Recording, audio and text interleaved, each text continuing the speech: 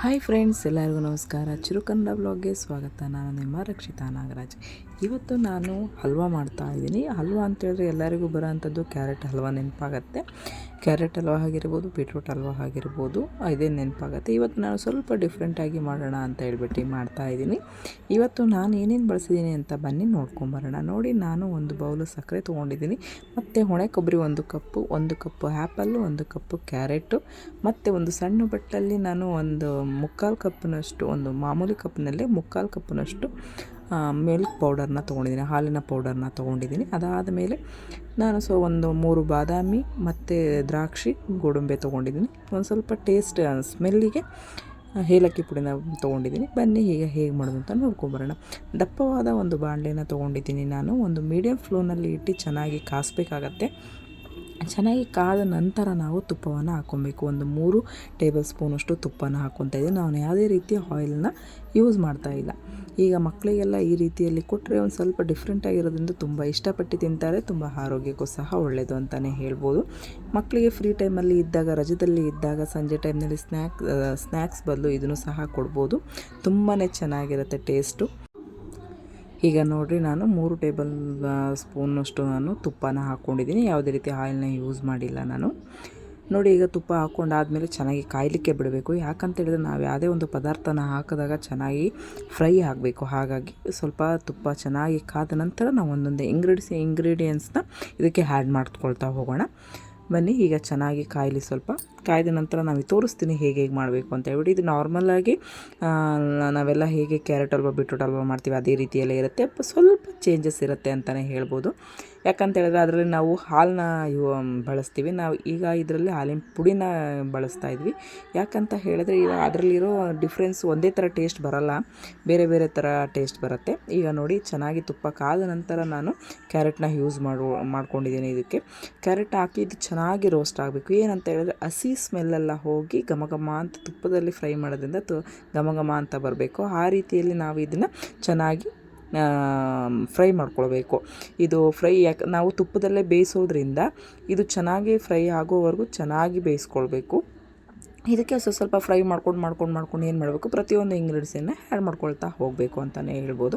ನೋಡಿ, ಇದು ಚೆನ್ನಾಗಿ ಫ್ರೈ ಆಗಲಿ. ಇದು ಏನಂತ ಹೇಳಿದ್ರೆ ಒಂದು 5 ನಿಮಿಷನಾರು ಟೈಮ್ ಹಿಡಿಯುತ್ತೆ ಎಲ್ಲ ಇಂಗ್ರೀಡಿಯೆಂಟ್ಸು ಸ್ವಲ್ಪ ಫ್ರೈ ಆಗಲಿಕ್ಕೆ. ಯಾಕಂತ ಹೇಳಿದ್ರೆ ಕ್ಯಾರೆಟು ಹಸಿದೆ ಹಾಕಿರೋದ್ರಿಂದ ಒಂದು ಸ್ವಲ್ಪ ಗಟ್ಟಿ ಇರುತ್ತೆ, ಸ್ವಲ್ಪ ಫ್ರೈ ಆಗಬೇಕು. ಆಗ ಅದೇ ರೀತಿ ಆ್ಯಪಲ್ಲೇನು ಅಷ್ಟೇನು ನಮಗೇನು ಬೇಯಲಿಕ್ಕೆ ಅಷ್ಟು ಟೈಮ್ ತೊಗೊಳೋದಿಲ್ಲ. ಈಗ ನೋಡಿ, ನಾನು ಆ್ಯಪಲ್ನ ಕಟ್ ಮಾಡಿ ಇಟ್ಕೊಂಡಿರೋದ್ರಿಂದ ಸ್ವಲ್ಪ ಕಪ್ಪಾಗಿದೆ.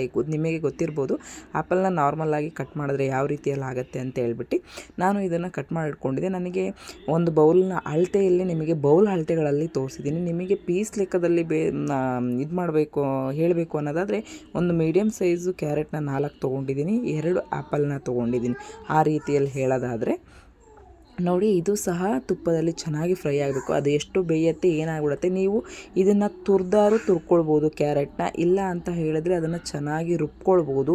ಅದು ಬೇಡಪ್ಪ ನನಗೆ ಅಂತ ಹೇಳಿದ್ರೆ ತುರಿದಿರೋದೇ ಬೆಟರ್ ಇರುತ್ತೆ, ನೀವು ರುಬ್ಬೋ ಅವಶ್ಯಕತೆ ಏನಿರೋದಿಲ್ಲ. ನಾನು ಇದು ಏನಂತ ಹೇಳಿದ್ರೆ ಇದು ಆ್ಯಪಲ್ನ ನಾನು ತುರ್ಕೊಳ್ಬೋದು. ಗಟ್ಟಿ ಆ್ಯಪಲ್ ಇತ್ತು ಅಂದರೆ ತುರ್ಕೊಳ್ಬೋದು. ನಾನು ರವೆ ಆ್ಯಪಲ್ನ ಚಿನ್ನಿ ತಿನ್ನಲಿಕ್ಕೆ ಅಂತ ತರ್ತೀನಿ. ಹಾಗಾಗಿ ಸ್ವಲ್ಪ ಇದನ್ನು ಕೈಯಲ್ಲೇ ಸ್ಮ್ಯಾಶ್ ಮಾಡ್ಕೊಂಡಿದ್ದೀನಿ, ಕಟ್ ಮಾಡಿಕೊಂಡು. ಸ್ವಲ್ಪ ಡಿಸ್ಟರ್ಬೆನ್ಸ್ ಇದೆ, ನನ್ನ ಮಗಳು ಕೂಗಾಡ್ತಿದ್ದಲ್ಲ, ಯಾರು ಏನು ಅಂದ್ಕೊಳ್ಬೇಡ್ರಿ, ಡಿಸ್ಟರ್ಬೆನ್ಸ್ ಇದೆ ಅಂತ ಹೇಳಿ. ನೋಡಿ, ಈಗ ಚೆನ್ನಾಗಿ ಆ್ಯಪಲ್ಲು ಬೇಯ್ತಾ ಇದೆ.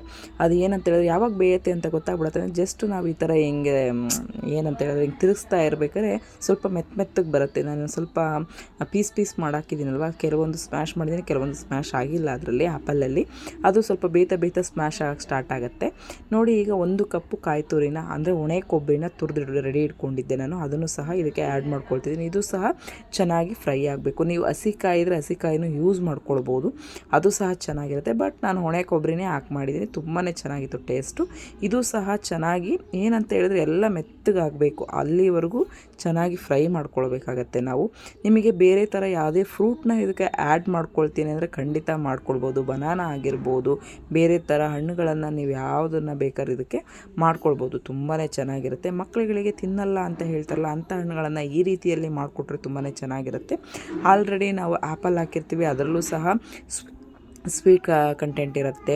ಮತ್ತು ಈಗ ನಾವು ಒಣ ಕೊಬ್ಬರಿ ಹಾಕಿದ್ದೀವಿ, ಅದರಲ್ಲೂ ಸಹ ಸ್ವೀಟ್ ಕಂಟೆಂಟ್ ಇರುತ್ತೆ. ಕ್ಯಾರೆಟಲ್ಲಿ ಅದರಲ್ಲೂ ಸಹ ಸ್ವೀಟ್ ಕಂಟೆಂಟ್ ಇರುತ್ತೆ. ಹಾಗಾಗಿ ನೀವು ಸಕ್ಕರೆನ ನೋಡಿ ಬಳಸ್ಬೋದು. ನಿಮ್ಮ ಮನೆಯಲ್ಲಿ ಅತಿಯಾಗಿ ಸಕ್ಕರೆ ತಿಂತಾರೆ ಅಂದರೆ ಖಂಡಿತ ನೀವು ನಾನು 3/4 ಕಪ್ಪು ಸಕ್ಕರೆನ ತೊಗೊಂಡಿದ್ದೀನಿ, ಅದನ್ನು ಆ್ಯಡ್ ಮಾಡ್ಕೊಳ್ಬೋದು. ನಾನು ಯಾವುದೇ ರೀತಿ ಕಲರ್ನ ಆ್ಯಡ್ ಮಾಡಿಲ್ಲ. ನ್ಯಾಚುರಲ್ಲಾಗಿ ಹಣ್ಣು ಆಗಿರ್ಬೋದು, ಕ್ಯಾರೆಟ್ ಆಗಿರ್ಬೋದು, ಏನು ಕಲರ್ ಇದೆ ಅದನ್ನೇ ನಿಮಗೆ ತೋರಿಸಿದ್ದೀನಿ ನೋಡಿ. ಇದು ಇನ್ನೊಂದು ಏನಂತ ಹೇಳಿದ್ರೆ, ತಳ ಹಿಡಿದಿಲ್ದಾಗೆ ನಾವು ಯಾವಾಗಲೂ ಕೈ ಆಡಿಸ್ತಾ ಇರಬೇಕು. ಯಾಕಂತ ನೀವು ಸಣ್ಣ ತಳದ ಪಾತ್ರೆಗಳನ್ನು ತೊಗೊಂಡ್ರೆ, ನೀವು ಮಾಡಲಿಕ್ಕೆ ಬಾಣಲೆ ಆಗಿರ್ಬೋದು, ಪಾತ್ರೆ ಆಗಿರ್ಬೋದು ತೊಗೊಂಡ್ರೆ ತಳ ಹಿಡಿಯೋ ಚಾನ್ಸಸ್ ತುಂಬಾ ಇರುತ್ತೆ. ಹಾಗಾಗಿ ನಾನು ಏನಕ್ಕೆ ಹೇಳ್ತೀನಿ, ದಪ್ಪ ತಳದ ಒಂದು ಪಾತ್ರೆನೇ ತೊಗೊಳ್ರಿ ಅಂತ ಏನಕ್ಕೆ ಹೇಳ್ತೀನಿ ಅಂದರೆ, ತಳ ಬೇಗ ಹಿಡಿಯೋದಿಲ್ಲ. ಹಾಗಾಗಿ ಅಷ್ಟೇ ನೋಡಿ. ನಾನು ಒಂದು 3/4 ಕಪ್ಪು ಸಕ್ಕರೆನ ಇದಕ್ಕೆ ಆ್ಯಡ್ ಮಾಡ್ಕೊಂಡಿದ್ದೀನಿ. ನೀವು ಸ್ವೀಟು ಕಮ್ಮಿ ತಿನ್ನೋರಾದರೆ ನೀವು ಸ್ವಲ್ಪ ಸಕ್ಕರೆನ ಒಂದು ಅರ್ಧ ಕಪ್ಪು ಸಕ್ಕರೆನ ಇದಕ್ಕೆ ಬಳಸ್ಬೋದು. ನಮಗೆ ಸ್ವಲ್ಪ ಕರೆಕ್ಟಾಗಿತ್ತು, ನಾವು ಹಾಗಾಗಿ 3/4 ಕಪ್ಪನ್ನ ತೊಗೊಂಡ್ವಿ. ನಾವು 1 ಕಪ್ಪು ಸಹ ಹಾಕಿಲ್ಲ ಫುಲ್ಲು. ನೀವು ನೋಡಿರ್ತೀರ, ಬೇಕಾದ್ರೆ ಚೆಕ್ ಮಾಡಿ ನೋಡಿ. ನಾನೊಂದು ಫುಲ್ ಕಪ್ಪು ಸಕ್ಕರೆನ ಹಾಕಿಲ್ಲ ನೋಡಿ. ಈಗ ಸ್ವಲ್ಪ ತೆಳುವಾಗ್ತಾ ಬರ್ತದೆ. ಯಾಕಂತ ಹೇಳಿದ್ರೆ ಸಕ್ಕರೆ ಕರದಷ್ಟು ಸ್ವಲ್ಪ ತೆಳುವಾಗ್ತಾ ಬರುತ್ತೆ. ಹಾಗಾಗಿ ತಳ ಹಿಡಿಯೋ ಚಾನ್ಸಸ್ ಈ ಟೈಮ್ನಲ್ಲಿ ಭಾಳನೇ ಇರುತ್ತೆ. ನೀವು ಸ್ವಲ್ಪ ಕೈನ ಯಾವಾಗಲೂ ಆಡಿಸ್ತಾನೆ ಇರಬೇಕು. ಮತ್ತು ಮನೆಯಲ್ಲಿ ಏನಾದ್ರು ಫಂಕ್ಷನ್ ಇರ್ಬೋದು, ಮತ್ತು ಮನೆಯಲ್ಲಿ ಹಿರಿಯರಿದ್ದಾಗ ಅವರಿಗೂ ಸಹ ಮಾಡಿಕೊಡಿ, ತುಂಬಾ ಚೆನ್ನಾಗಿರುತ್ತೆ. ಅದರ ಫಂಕ್ಷನ್ ಇದ್ದಾಗ ಈ ರೀತಿಯಲ್ಲಿ ಸಹ ಮಾಡ್ಬೋದು. ಹೇಳ್ತೀನಲ್ವ, ಈ ನಾರ್ಮಲಾಗಿ ಹಲ್ವಾ ಮಾಡೋದಕ್ಕಿಂತ ಇದು ಡಿಫ್ರೆಂಟಾಗಿ ಬರುತ್ತೆ ಅಂತಲೇ ಹೇಳ್ಬೋದು. ಟೇಸ್ಟು ಸಹ ಡಿಫ್ರೆಂಟಾಗಿ ಬರುತ್ತೆ. ಅಷ್ಟು ಚೆನ್ನಾಗಿರುತ್ತೆ. ಬಾಯಲ್ಲಿಟ್ಟರೆ ಹಾಗೆ ಕರಗೋಗಬೇಕು, ಅಷ್ಟು ಚೆನ್ನಾಗಿರುತ್ತೆ. ನಿಜವಾಗ್ಲೂ ಅದೇನೇ ಹೇಳ್ತೀನಲ್ವ, ನಾವು ಎಕ್ಸ್ಪೆಕ್ಟ್ ಮಾಡೋದಕ್ಕಿಂತ ಇನ್ನೂ ಚೆನ್ನಾಗೇ ಬಂತು ಅಂತಲೇ ಹೇಳ್ಬೋದು. ಹಲ್ವಾ ನೋಡಲಿಕ್ಕೂ ಸಹ ತುಂಬಾ ಚೆನ್ನಾಗಿದೆ. ಇದು ಚೆನ್ನಾಗಿ ಸ್ವಲ್ಪ ಹೊತ್ತು ಬೇಯಲಿಕ್ಕೆ ಬಿಡಬೇಕು ನಾವು. ಯಾಕಂತ ಹೇಳಿದ್ರೆ ಇದು ಒಂದು ಸ್ವಲ್ಪ ಅಂದರೆ ಮೀಡಿಯಮ್ ಫ್ಲೇಮ್ನಲ್ಲಿ ಇಟ್ಟು ಬೇಯಲಿಕ್ಕೆ ಬಿಡಬೇಕು. ನೀವು ಬೇಗ ಆಗಬೇಕು ಅಂತ ಹೇಳ್ಬಿಟ್ಟು, ಬೇಗ ಪಟ್ಟಂತ ಆಗಲಿ ಅಂತ ಜೋರಾಗಿ ಇಟ್ಬಿಟ್ಟು ಮಾಡಿದ್ರೆ ತಳ ಸೀದೋಗ್ಬಿಡುತ್ತೆ. ಹಾಗಾಗಿ ಮೀಡಿಯಮ್ ಫ್ಲೇಮ್ನಲ್ಲೇ ಇಟ್ಕೊಂಡು ನೋಡಿ. ಸೈಡಿಗೆಲ್ಲ ತುಪ್ಪ ಬಿಡ್ತಾ ಇದೆ, ಎಷ್ಟು ಕ್ಲೀನಾಗಿ ಗೊತ್ತಾಗ್ತಾ ಇದೆ. ಅದಾದ ಮೇಲೆ ಸ್ವಲ್ಪ ಹೊತ್ತು ಮತ್ತೆ ಫ್ರೈ ಮಾಡ್ಕೊಬೇಕು. ಫ್ರೈ ಮಾಡ್ಕೊಂಡ ನಂತರ ನಾವೇನು ಹಾಲಿನ ಕೆನೆ ಒಂದಿಟ್ಟಿದ್ದೀವಿ ಅಲ್ವಾ, ಹಾಲಿನ ಕೆನೆನಾರು ಯೂಸ್ ಮಾಡ್ಬೋದು, ಹಾಲಿನ ಪುಡಿನಾರು ಯೂಸ್ ಮಾಡ್ಬೋದು. ನಾನು ಹಾಲಿನ ಕೆನೆ ಯೂಸ್ ಮಾಡ್ತಾ ಇಲ್ಲ, ಇಲ್ಲಿ ಹಾಲಿನ ಪುಡಿನ ಯೂಸ್ ಮಾಡ್ತಾ ಇದ್ದೀನಿ. ನಾನು ಅರ್ಧ ಲೋಟದಷ್ಟು ನೀರು ತೊಗೊಂಡು ಅದಕ್ಕೆ 3/4 ಕಪ್ಪಿನಷ್ಟು ಹಾಲಿನ ಪುಡಿನ ನೀರಲ್ಲಿ ಕಲಸಿ ಇದಕ್ಕೆ ಹಾಕ್ತಾಯಿದ್ದೀನಿ. ಇನ್ನೊಂದು ಪುಡಿ ಹಾಗೆ ಡೈರೆಕ್ಟಾಗಿ ಹಾಕ್ಬೋದು, ಹಾಕೋಕ್ಕೇನು ಪ್ರಾಬ್ಲಮ್ ಇಲ್ಲ. ಇನ್ನೊಂದು ಏನಾಗುತ್ತೆ ಅಂದರೆ ಗಂಟು ಹಾಕೋ ಚಾನ್ಸಸ್ ಇರುತ್ತೆ. ಹಾಗಾಗಿ ನಾನು ಪುಡಿನ ಸ್ವಲ್ಪ ನೀರಿನಲ್ಲಿ ಹಾಕ್ಕೊಂಡು ಅದನ್ನು ಚೆನ್ನಾಗಿ ಮಿಕ್ಸ್ ಮಾಡ್ಕೊಳ್ತಾ ಇದ್ದೀನಿ. ಇದು ಸ್ವಲ್ಪ ಈ ಟೈಮ್ನಲ್ಲಿ ಏನಾಗುತ್ತೆ, ಕುದಿಯುತ್ತೆ ಅಲ್ವ, ಆವಾಗ ಸಿಡಿಯೋ ಚಾನ್ಸಸ್ ಇರುತ್ತೆ. ಹುಷಾರಾಗಿ ಮಾಡಿ. ನಾನು ಒಂದು ಅರ್ಧ ಲೋಟದಲ್ಲಿ ಅರ್ಧನ ಅಷ್ಟೇ ಇದಕ್ಕೆ ಹಾಕ್ಕೊಂಡಿದ್ದೀನಿ. ಚೆನ್ನಾಗಿ ಮಿಕ್ಸ್ ಆದಮೇಲೆ ಇನ್ನೂ ಒಂದು ಸ್ವಲ್ಪ ಉಳಿದಿದ್ದನ್ನ ನೋಡ್ಕೊಂಡು ಹಾಕ್ಕೊಳ್ಳೋಣ ಅಂತ ಹೇಳ್ಬಿಟ್ಟು ಇಟ್ಕೊಂಡಿದ್ದೀನಿ ನೋಡಿ. ಈ ಟೈಮ್ನಲ್ಲಿ ಚೆನ್ನಾಗಿ ಫ್ರೈ ಮಾಡ್ಕೊಳ್ಬೇಕು, ತುಂಬಾ ಫ್ರೈ ಮಾಡ್ಕೊಳ್ಬೇಕು. ಯಾಕಂದರೆ ಹಸಿದು ಪುಡಿ ಹಾಕ್ತಾಯಿದ್ದೀವಲ್ಲ, ಹಾಲಿನ ಪುಡಿ ಹಾಕ್ತಾಯಿದ್ದೀವಲ್ಲ, ಹಾಗಾಗಿ ಸ್ವಲ್ಪ ಸ್ಮೆಲ್ ಇರುತ್ತೆ. ಈಗ ಚಹಾ ಮಾಡಿದಾಗಲೇ ನಿಮಗೆ ಗೊತ್ತಾಗಿರುತ್ತೆ ಅಂದ್ಕೊತೀನಿ, ಚಹಾ ಮಾಡಿದಾಗ ಯಾವ ರೀತಿ ಅದು ಸ್ಮೆಲ್ ಬಂದಿರುತ್ತೆ ಅಂತ, ಅದೇ ರೀತಿ ಅಷ್ಟೇ, ಇನ್ನೇನಿಲ್ಲ ನೋಡಿ. ನಾನು ಇದನ್ನು ಚೆನ್ನಾಗಿ ಈಗ ಕುದಿ ಬರ್ತಾ ಇದೆ, ಮತ್ತು ಅದನ್ನು ಕೈ ಆಡಿಸ್ತಾ ಇದ್ದೀನಿ, ಎಲ್ಲಿ ತಳ ಹಿಡಿದು ಬಿಡತ್ತೆ ಅಂತ ಹೇಳ್ಬಿಟ್ಟು. ಇದು ಚೆನ್ನಾಗಿ ಅದು ಹೇಗೆ ಮೊದಲಿಗೆ ತುಪ್ಪ ಬಿಟ್ಟಿತ್ತೋ ಅದೇ ರೀತಿ ಇದು ಸಹ ಒಂದು ಸ್ವಲ್ಪ ಗಟ್ಟಿ ಆಗಬೇಕು, ಇಷ್ಟು ತೆಳ್ಳಗೆ ಆಗಬಾರ್ದು. ಹಾಗಾಗಿ ಇದು ಎಷ್ಟು ಚೆನ್ನಾಗಿ ಬೇಯುತ್ತೆ ಅಷ್ಟು ಚೆನ್ನಾಗಿ ಗಟ್ಟಿ ಆಗ್ತಾ ಬರುತ್ತೆ, ತಿನ್ನಲಿಕ್ಕೂ ಸಹ ತುಂಬಾ ಚೆನ್ನಾಗಿರುತ್ತೆ. ಹಾಗಾಗಿ ನೋಡಿ, ಇದನ್ನು ಅದೇ ಹೇಳ್ತೀನಿ ಅಲ್ವ, ಚೆನ್ನಾಗಿ ಕೈ ಆಡಿಸ್ಬೇಕು. ನಾವು ಎಷ್ಟು ಕೈ ಆಡಿಸ್ತೀವೋ ಅಷ್ಟು ಒಳ್ಳೆಯದು ಅಂತಲೇ ಹೇಳ್ಬೋದು. ಆವಾಗ ಟೇಸ್ಟು ಸಹ ಚೆನ್ನಾಗಿ ಬರುತ್ತೆ. ಈಗ ಇನ್ನೂ ಸ್ವಲ್ಪ ಹಾಲಿದೆ, ಅದನ್ನು ಸಹ ಹಾಲಿನ ಪುಡಿಯಲ್ಲಿ ಮಾಡಿದಂಥ ಹಾಲು, ಅದನ್ನು ಸಹ ಮಿಕ್ಸ್ ಮಾಡ್ಕೊಳ್ತೀನಿ. ಇದನ್ನು ಚೆನ್ನಾಗಿ ಫ್ರೈ ಮಾಡಿಕೊಂಡು ನೋಡಿ. ತಳ ಬಿಡೋದು ಎಷ್ಟು ಕ್ಲೀನಾಗಿ ಗೊತ್ತಾಗುತ್ತೆ ಅಂತ ನಿಮಗೆ ಲಾಸ್ಟಿಗೆ ತೋರಿಸ್ತೀನಿ. ನಾನು ನಾನ್ ಸ್ಟಿಕ್ ಯೂಸ್ ಮಾಡಿರೋದ್ರಿಂದ ಆದಷ್ಟು ತಳ ಹಿಡಿಯೋದಿಲ್ಲ. ಯಾಕಂದರೆ ನಾನ್ ಸ್ಟಿಕ್ ಯೂಸ್ ಮಾಡಿದ್ದೀವಿ ಅಲ್ವಾ, ಹಂಗಾಗಿ ತಳ ಹಿಡಿಯೋದು ತುಂಬಾ ಕಮ್ಮಿ. ಹಂಗಾಗಿ ನಾವು ಸ್ಟೀಲ್ನ ಯಾವ್ದಾರು ಇಟ್ಟರೆ ಆದಷ್ಟು ಅದು ತಳ ಹಿಡಿಯೋ ಚಾನ್ಸಸ್ ಇರುತ್ತೆ. ಮನೆಯಲ್ಲಿ ಯಾವುದೇ ಪಾತ್ರೆ ಇದ್ದರೂ ಯೂಸ್ ಮಾಡಿ, ಬಟ್ ದಪ್ಪ ತಳದ ಪಾತ್ರೆನ ಯೂಸ್ ಮಾಡಿ ಅಂತ ಹೇಳ್ತೀನಿ ನಾನು ನೋಡಿ. ಈಗ ಅಷ್ಟು ಹಾಲನ್ನು ನಾನು ಯೂಸ್ ಮಾಡ್ಕೊಂಡಿದ್ದೀನಿ, ಅಷ್ಟು ಹಾಕ್ಕೊಂಡಿದ್ದೀನಿ. ಒಂದು ಸರಿ ಚೆನ್ನಾಗಿ ಮಿಕ್ಸ್ ಮಾಡ್ಕೊಳ್ಳೋಣ, ಯಾಕಂದರೆ ಚೆನ್ನಾಗಿ ಮಿಕ್ಸ್ ಆಗಬೇಕು. ಮಿಕ್ಸ್ ಆದರೆ ಮಾತ್ರ ಅದು ಎಲ್ಲ ಕಡೆ ಟೇಸ್ಟ್ ಕೊಡಲಿಕ್ಕೆ ಸಾಧ್ಯ. ನೋಡಿ, ಈಗ ಕುದೀತಾ ಇದೆ. ಇದನ್ನು ಒಂದರಿಂದ 2 ನಿಮಿಷ ಚೆನ್ನಾಗಿ ಬೇಯಿಸ್ಕೊಳ್ಳೋಣ ಮೀಡಿಯಮ್ ಫ್ಲೇಮ್ನಲ್ಲಿ ಇಟ್ಕೊಂಡು.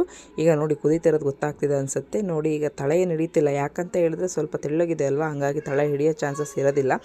ಈಗ ಒಂದು ಸ್ವಲ್ಪ ಇದೇ ಇದರಲ್ಲಿ ಮೀಡಿಯಮ್ ಫ್ಲೇಮ್ನಲ್ಲಿ ಇಟ್ಕೊಂಡು ಚೆನ್ನಾಗಿ ಬೇಯಿಸ್ಕೊಳ್ಳೋಣ. ಇದಕ್ಕೆ ನಾನು ಒಂದು ಲಿಡ್ಡನ್ನು ಸಹ ಮುಚ್ಕೊತೀನಿ, ಯಾಕಂತ ಹೇಳಿದ್ರೆ ಸಿಡಿಯತ್ತೆ ಅಲ್ವಾ. ಹಾಗಾಗಿ ಯಾವ್ದಾರ ಒಂದು ನಿಮಗೆ ಲಿಡ್ ಇದ್ದರೆ ಮುಚ್ಕೊಂಡ್ಬಿಡಿ, ಚೆನ್ನಾಗಿರುತ್ತೆ, ಸಿಡಿಯೋದಿಲ್ಲ. ನಾವು ಸೇಫು, ಅದು ಚೆನ್ನಾಗಿ ಬೇಯುತ್ತೆ ಅಂತಲೇ ಹೇಳ್ಬೋದು. ಈಗ ಚೆನ್ನಾಗಿ ಬೇಯಲಿ ಇದು. ನೋಡಿ ಎಲ್ಲ ಮಿಕ್ಸ್ ಆಗ್ತಿದೆ ಅಲ್ವಾ, ಡಿಫ್ರೆಂಟ್ ಕಲರ್ ಕಾಣಿಸ್ತಿದೆಯಲ್ಲ. ಬೆಂದಾದಮೇಲೆ ನೋಡಿ ಬೇರೆ ಥರನೇ ಕಲರ್ ಕಾಣಿಸುತ್ತೆ. ಈಗ ಅತಿ ಹೆಚ್ಚು ಕ್ಯಾರೆಟ್ ಹಾಕಿದರೆ ಫುಲ್ಲು ಆರೆಂಜ್ ಕಲರಲ್ಲೇ ಕಾಣಿಸ್ತಾ ಇತ್ತು. ಈಗ ನೋಡಿ ಲಿಡ್ ಮುಚ್ಕೊಂಡಿದ್ದೀನಿ ನಾನು. ಈಗ ಈ ಕಡೆ ಸೈಡಿಗೆ ಅದು ಬೇಯೋಷ್ಟೊತ್ತಿಗೆ ನಾವು ಒಂದು ಸ್ವಲ್ಪ ಡ್ರೈ ಫ್ರೂಟ್ಸ್ನೆಲ್ಲ ತುಪ್ಪದಲ್ಲಿ ಚೆನ್ನಾಗಿ ಫ್ರೈ ಮಾಡ್ಕೊಳ್ಳೋಣ. ಈಗ ನಾನು ಬಾದಾಮಿ ಗೋಡಂಬಿನ ಎರಡನ್ನು ಫ್ರೈ ಮಾಡ್ಕೊತಾ ಇದ್ದೀನಿ, ಒಂದೇ ಒಂದು ಸ್ಪೂನು ತುಪ್ಪನ ಹಾಕಿ. ಆಮೇಲೆ ನಿಮ್ಮ ಹತ್ರ ಯಾವ ಡ್ರೈ ಫ್ರೂಟ್ಸನ್ನು ಯೂಸ್ ಮಾಡ್ಬೋದು. ನಾನು ಇಲ್ಲಿ ಬಾದಾಮಿ, ದ್ರಾಕ್ಷಿ, ಗೋಡಂಬಿ ಅಷ್ಟನ್ನೇ ಮಾಡಿಕೊಂಡು ನಾನು ಫ್ರೈ ಮಾಡ್ಕೊತಾ ಇದ್ದೀನಿ. ನಾನು ಯಾವುದೇ ಡ್ರೈ ಫ್ರೂಟ್ಸ್ನ ಜಾಸ್ತಿ ಹಾಕಿಲ್ಲ. ನಿಮ್ಮ ಹತ್ರ ಇದ್ದರೆ ನೀವು ಆ್ಯಡ್ ಮಾಡ್ಕೊಳ್ಬೋದು. ನೋಡಿ ಗೊತ್ತಾಗ್ತಿದೆ ಅಲ್ವಾ, ನಾನೇನು ಭಾಳ ಸಿಯೋದು ಬೇಡ, ಜಸ್ಟ್ ಈ ಥರ ಹಿಂಗೆ ಫ್ರೈ ಆದರೆ ಸಾಕಾಗತ್ತೆ ನಮಗೆ. ಇದನ್ನು ಸೈಡಿಗೆ ತೆಗೆದಿಟ್ಕೊಂಡ್ಬಿಡೋಣ. ಈಗ ನೋಡಿ ಹೇಗಾಗಿದೆ ಅಂತ ನೋಡ್ತೀನಿ. ಈಗ ನೀರೆಲ್ಲ ಬತ್ತಿದೆ, ಸ್ವಲ್ಪ ಗಟ್ಟಿಯಾಗಿದೆ ನೋಡಿ. ಈಗ ಕರೆಕ್ಟಾಗಿ ನಾವು ಸ್ವಲ್ಪ ನಾರ್ಮಲಾಗಿ ಇಟ್ಕೊಂಡು ಚೆನ್ನಾಗಿ ಫ್ರೈ ಮಾಡ್ಕೊಳ್ಬೇಕು. ಈಗ ಒಂದು 75% 80% ಹೀಗೆ ಆಗಿಬಿಟ್ಟಿದೆ. ಇದು ತಳ ಬಿಡೋದು ಕರೆಕ್ಟಾಗಿ ಗೊತ್ತಾಗುತ್ತೆ ನೋಡಿ ನಿಮಗೆ. ನಾನು ತೋರಿಸ್ತೀನಿ. ಜಸ್ಟ್ ಹಿಂಗೆ ಅದನ್ನು ತಿರುಗಿಸ್ಬೇಕಾದ್ರೆ ಅದು ನಮ್ಮ ಹಿಂದೆನೇ ಬರಬೇಕು, ನಮ್ಮ ಸೌಟ್ ಹಿಂದೆನೇ ಬರಬೇಕು. ಹಾಗೆ ಇದಾಗಿದೆ ಅಂತ ಹೇಳ್ಬಿಟ್ಟು ಈಗ ಡ್ರೈ ಫ್ರೂಟ್ಸ್ನ ಹಾಕಿದ್ದೀನಿ. ಅದಾದ ಮೇಲೆ ನೋಡಿ ಇದರೊಳಗೆ ಇರೋದನ್ನು ಸುಮ್ಮನೆ ವೇಸ್ಟ್ ಮಾಡಿದೆ ಯಾಕೆ ಅಂದ್ಬಿಟ್ಟು ಅದನ್ನು ಸ್ವಲ್ಪ ತುಪ್ಪದಲ್ಲಿ ಹಾಕೊಂಡು ತಗೊತಾ ಇದ್ದೀನಿ ತುಪ್ಪನ. ಮತ್ತು ಇದನ್ನು ಚೆನ್ನಾಗಿ ಮಿಕ್ಸ್ ಮಾಡ್ಕೊಳ್ಳೋಣ. ಮತ್ತು ಈಗ ಏಲಕ್ಕಿ ಪುಡಿನ ನಾನು ಕುಟ್ಟಿ ಒಂದು 5 ಕಾಳನ್ನು ಕುಟ್ಟಿ ರೆಡಿ ಮಾಡಿ ಇಟ್ಕೊಂಡಿದ್ದೆ. ಅದನ್ನು ಸಹ ನಾನು ಈಗ ಉದಿಸ್ಕೊತಾ ಇದ್ದೀನಿ. ನಿಮ್ಮ ಹತ್ರ ಪುಡಿ ಇದ್ದರೆ ಪುಡಿನ ಯೂಸ್ ಮಾಡಿ ಹೇಗೆ ಬಂದಿದೆ ಅಂತ ನೋಡಿ ಈ ಥರ ಮಾಡ್ಕೊಂಡಿದ್ದೀನಿ. ಹಾಕ್ಕೊಂಡು ಮಿಕ್ಸ್ ಮಾಡಿಕೊಂಡ್ರೆ ಹಲ್ವಾ ರೆಡಿಯಾಗಿದೆ. ಈಗ ಹಲ್ವಾ ರೆಡಿಯಾಗಿದೆ. ನೋಡಿದಾಗ ಎಷ್ಟಿತ್ತಲ್ವ, ಹಾಲು ಹಾಕಿದಾಗ ಮಿಕ್ಸ್ ಮಾಡಿ ಹಾಲಿನ ಪುಡಿ ಹಾಲು ಹಾಕಿದಾಗ ಮಿಕ್ಸ್ ಮಾಡ್ಕೊಂಡಾಗ ಎಷ್ಟು ಕೊಂಡಿದೆ ಅನ್ನಿಸ್ತು. ಬಟ್ ಅದು ಚೆನ್ನಾಗಿ ಆದಾಗ ಇದು ಕರೆಕ್ಟ್ ಆಗಿದೆ. ಇವಾಗ ಕರೆಕ್ಟ್ ಆಗಿದೆ, ಹಲ್ವಾ ರೆಡಿಯಾಗಿದೆ. ಇದನ್ನು ಸರ್ವ್ ಮಾಡಿ ಸಹ ನಿಮಗೆ ತೋರಿಸ್ತೀನಿ. ನೋಡಿ ಹಲ್ವಾ ರೆಡಿಯಾಗಿದೆ. ನೋಡಿ ಎಷ್ಟು ಸಿಂಪಲ್ ಅಲ್ವಾ ಮಾಡೋದು. ಒಂದು ಸರಿ ಟ್ರೈ ಮಾಡಿ ನೋಡಿ. ಈ ವಿಡಿಯೋ ಇಷ್ಟ ಆಗಿದ್ದರೆ ಒಂದು ಲೈಕ್ ಮಾಡಿ. ಯಾರೆಲ್ಲ ನನ್ನ ವಿಡಿಯೋ ನೋಡ್ತೀರಾ ಪ್ಲೀಸ್ ಸಬ್ಸ್ಕ್ರೈಬ್ ಮಾಡಿ, ಸಪೋರ್ಟ್ ಮಾಡಿ. ನಿಮ್ಮ ಫ್ಯಾಮಿಲಿ ಫ್ರೆಂಡ್ಸ್ಗೆ ಈ ವಿಡಿಯೋನ ಶೇರ್ ಮಾಡಿ, ಅವರು ಸಹ ಒಂದು ಸರಿ ಟ್ರೈ ಮಾಡಿ ನೋಡಲಿ. ಮತ್ತು ನಿಮ್ಮ ಅನಿಸಿಕೆ ಅಭಿಪ್ರಾಯನ ಕಮೆಂಟ್ ಮೂಲಕ ತಿಳಿಸಿ. ನಿಮ್ಮ ಕಮೆಂಟ್ಗೋಸ್ಕರ ನಾನು ಕಾಯ್ತಾ ಇರ್ತೀನಿ. ಬನ್ನಿ ಸರ್ವ್ ಮಾಡಿ ಹೇಗಾಗಿದೆ ಅಂತ ಹೇಳಿ ತೋರಿಸ್ತೀನಿ. ಮತ್ತು ಮುಂದಿನ ವಿಡಿಯೋದಲ್ಲಿ ನಿಮ್ಮ ಮುಂದೆ ಸಿಗ್ತೀನಿ. ಅಲ್ಲಿವರೆಗೂ ನಮಸ್ಕಾರ.